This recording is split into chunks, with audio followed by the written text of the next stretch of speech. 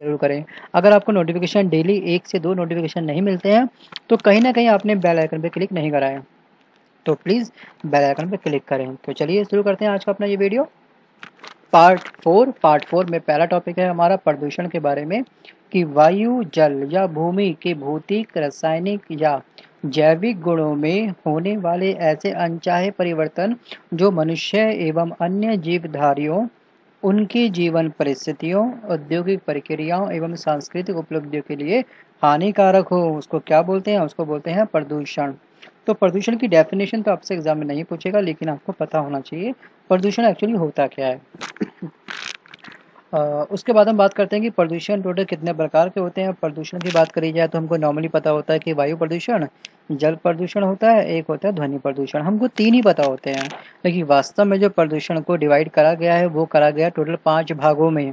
तो एग्जाम में क्वेश्चंस यहाँ से बन जाता है। एक जो अधिकतर पूछा गया है, रेलवे के एग्जाम में क्वेश्चन पूछा गया है, ग्रेड डी एमटीएस के एग्जाम में क्वेश्चन पूछा गया है, कुल कितने प्रकार के प्रदूषण होते हैं। Option A 3, option B 4, option B 5, option तुम्हारा फोर्थ जो होगा उसमें बोलेगा ऑप्शन 5। तो इस तरह से आपको याद करना है कि राइट आंसर जो होगा आपका होगा 5 प्रकार के प्रदूषण होते हैं। ठीक है,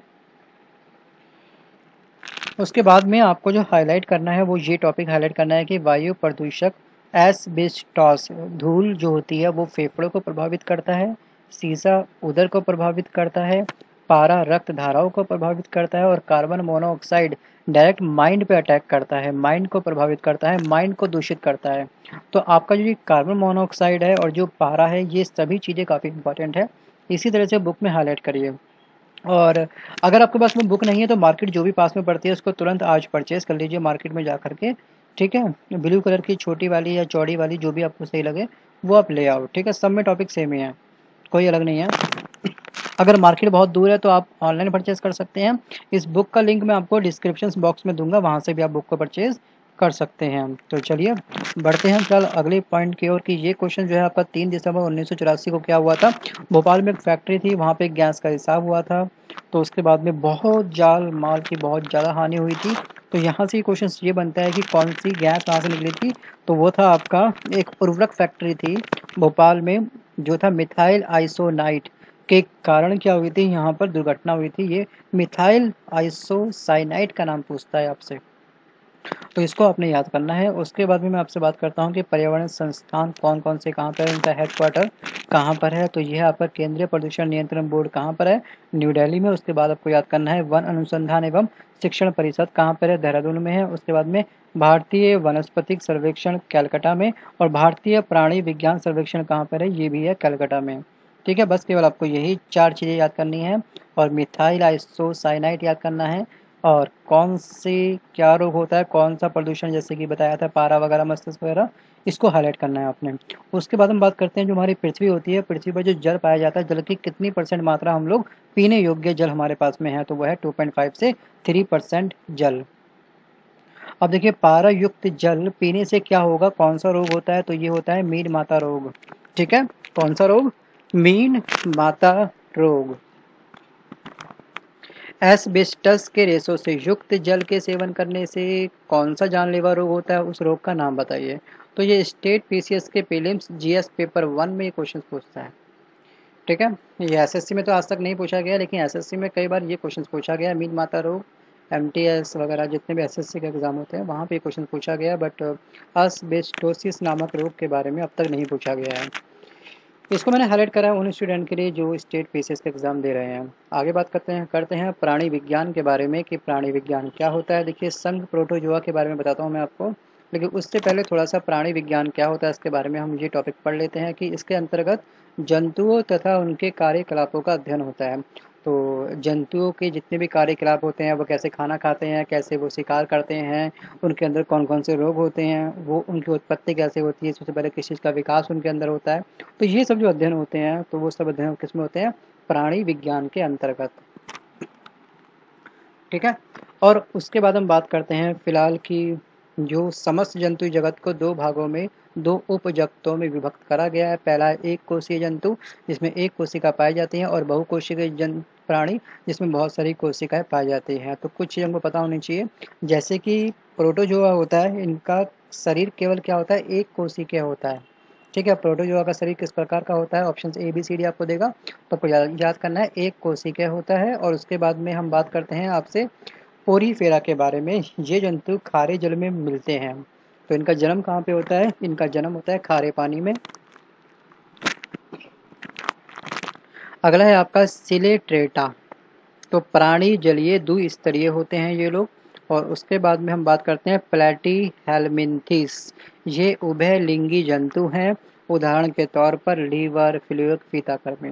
तो फीताकर्मी किस प्रकार का जंतु है, देखिए फीताकर्मी कई बार एग्जाम में पूछा भी गया है आपके। तो फीताकर्मी किस प्रकार का जंतु है, ये एक उभयलिंगी जंतु है।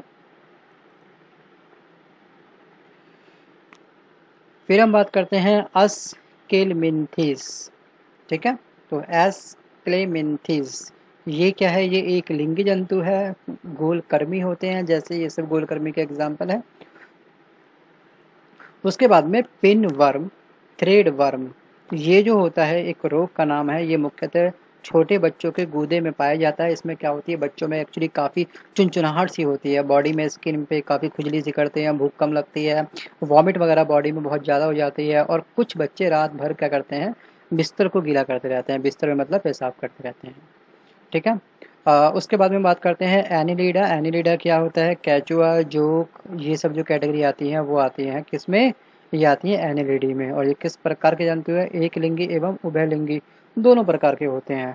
अब अगला जो पॉइंट नोट आप देख रहे हैं, नोट में देखिए कि कैचुए में कितने हार्ट होते हैं, कितने दिल होते हैं, कितने हृदय होते हैं। तो चार जोड़ी, चार जोड़ी का मतलब, जोड़ी का मतलब दो, चार दूनी आठ, आठ हृदय पाए जाते हैं किसमें, कैचुए में। आगे बात करते हैं, देखिए हम ऑर्थोपोडा के बारे में। शरीर को तीन भागों में डिवाइड करा जाता है, किसको, ऑर्थोपोडा को। सिर, वक्ष एवं उदर। और ये प्रकार क्या होता है, ये प्राय एक लिंगी होते हैं। निषेचन कहाँ पे होता है, निषेचन होता है शरीर के अंदर। फिर हम बात करते हैं दीमक। दीमक एक सामाजिक कीट है। दीमक किस प्रकार का कीट है, तो option A B C D आपको याद करना है। सामाजिक कीट है जो क्या करते हैं, कॉलोनी में रहते हैं। दीमक क्या होते हैं, दीमक कॉलोनी में रहते हैं। तो आप इसको कुछ इस तरह से याद कर सकते हैं कि दीमक कहाँ लगती है, लकड़ी, फर्नीचर पे। फर्नीचर कहाँ पे होता है, आपके घर में। आपका रहता है कॉलोनी में, बस ये याद कर लीजिए आप। अगला जो है आपका मॉलस्का। मॉलस्का क्या होता है, इसका जो रंग होता है ना, इसका जो रक्त होता है, ब्लड जो होता है, वो ब्लड का जो रंग होता है ये रक्तहीन होता है, मतलब रंगहीन होता है, मतलब पानी के जैसा इसका रंग होता है, किसका, मॉलस्का का। फिर हम बात करते हैं थोड़ा सा सरीसृप के बारे में, मतलब कि सांप के बारे में, किस वर्ग में आते हैं थोड़ा सा देखते हैं। देखिए ये जो श्वसन लेते हैं, सांस लेते हैं, फेफड़ों के द्वारा लेते हैं। इनके अंडे होते हैं किसके बने होते हैं, कैल्शियम कार्बोनेट के कवच से ढके होते हैं इनके अंडे। ठीक है, कैल्शियम कार्बोनेट याद करना है आपको। और सांस कहाँ पे लेते हैं, सांस ये फेफड़ों के द्वारा लेते हैं। उसके बाद बात करते हैं कि एक सर्प है, एक सांप है, नागराज। नागराज हमेशा क्या करता है, घोंसला बना करके ही रहता है। वो बिल में कभी नहीं रहता, वो घोंसला बनाकर घोंसले में आराम से आराम करता है मतलब। और समुद्री सांप जो होते हैं, जिसको बोलते हैं हाइड्रोफिश, इसको हम हाइड्रोफिश को बोलते हैं, समुद्री सांप को। और ये सबसे ज़्यादा जो होते हैं जहरीले होते हैं, क्या होते हैं, पॉइजन इसमें बहुत ज़्यादा होता है। अब हम बात करते हैं मानव शरीर में मांसपेशियों की संख्या कितनी होती है। मांसपेशियों की संख्या होती है 639। कितनी, 639। और शरीर की सबसे बड़ी मांसपेशी का नाम आपको याद करना है, ये है आपका ग्लूटियस मैक्सिमस। और सबसे छोटी मांसपेशी होती है स्टेपीडियस। ठीक है, तो कुल छोटी बड़ी ये आपको याद करने हैं।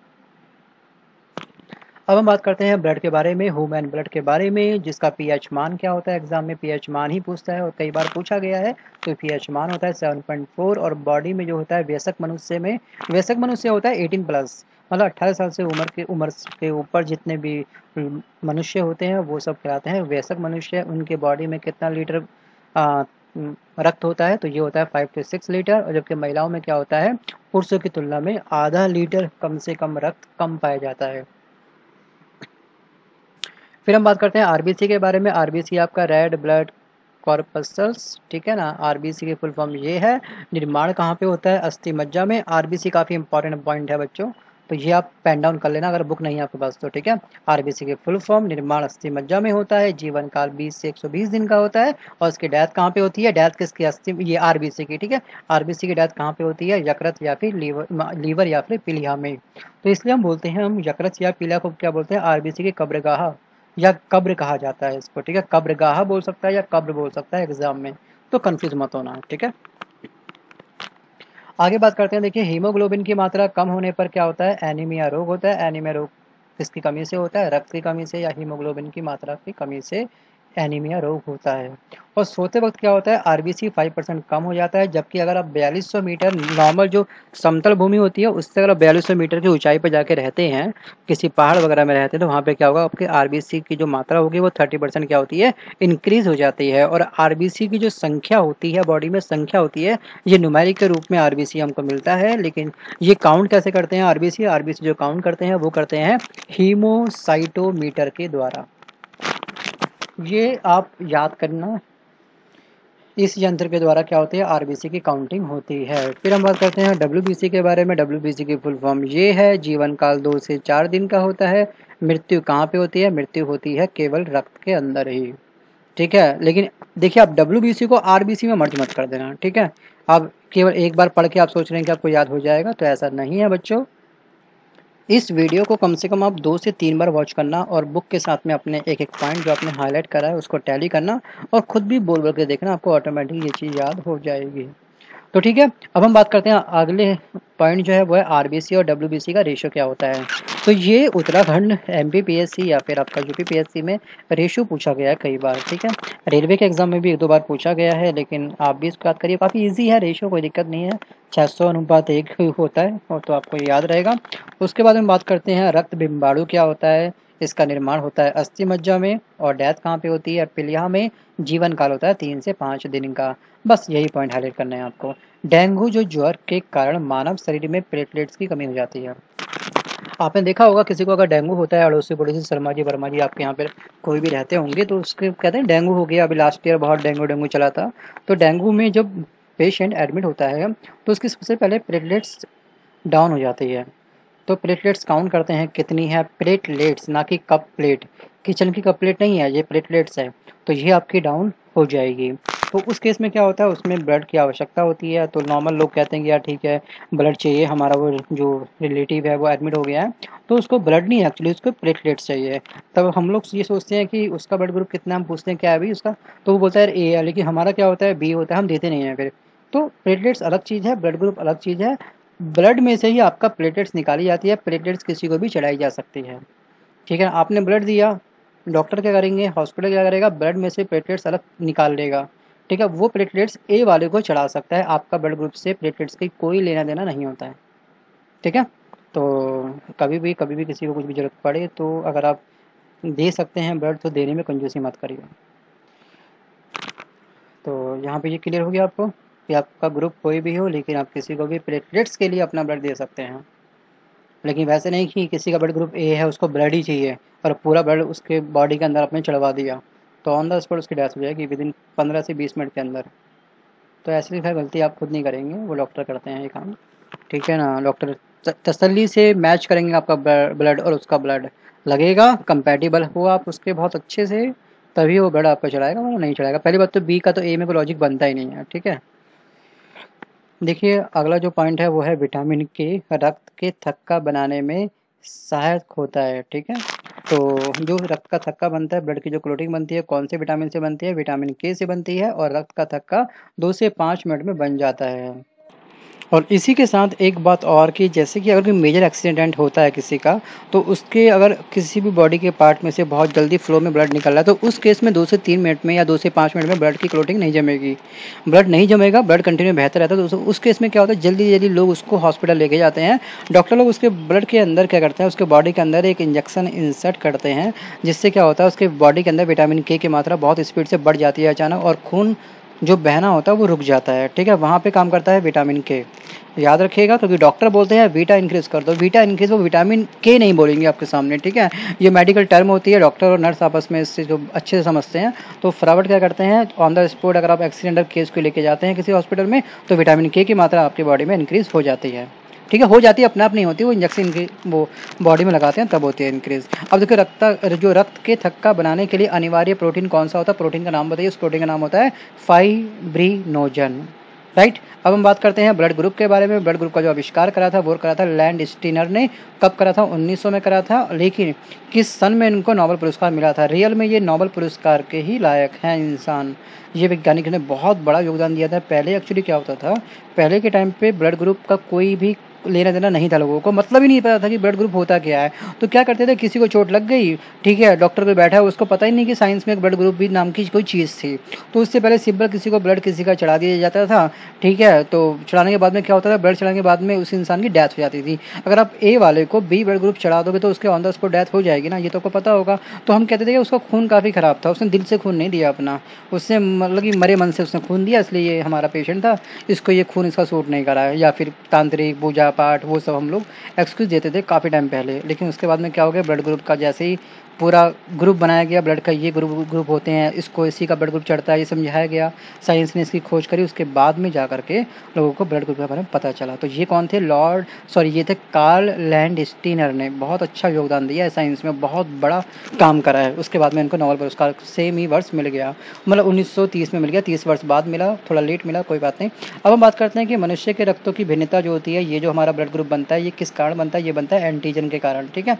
तो इसमें क्या होता है, लाल रक्त कण मतलब आरबीसी में पाए जाने वाली दो टाइप के हमारे प्रोटीन होते हैं, एक होता है ग्लाइको, एक होता है आपका एंटीजन, ठीक है। तो एंटीजन भी दो प्रकार के होते हैं, एंटीजन ए और एंटीजन बी। अब एंटीजन क्या होता है, देखो एंटीजन ही डिसाइड करता है हमारा ब्लड ग्रुप क्या है।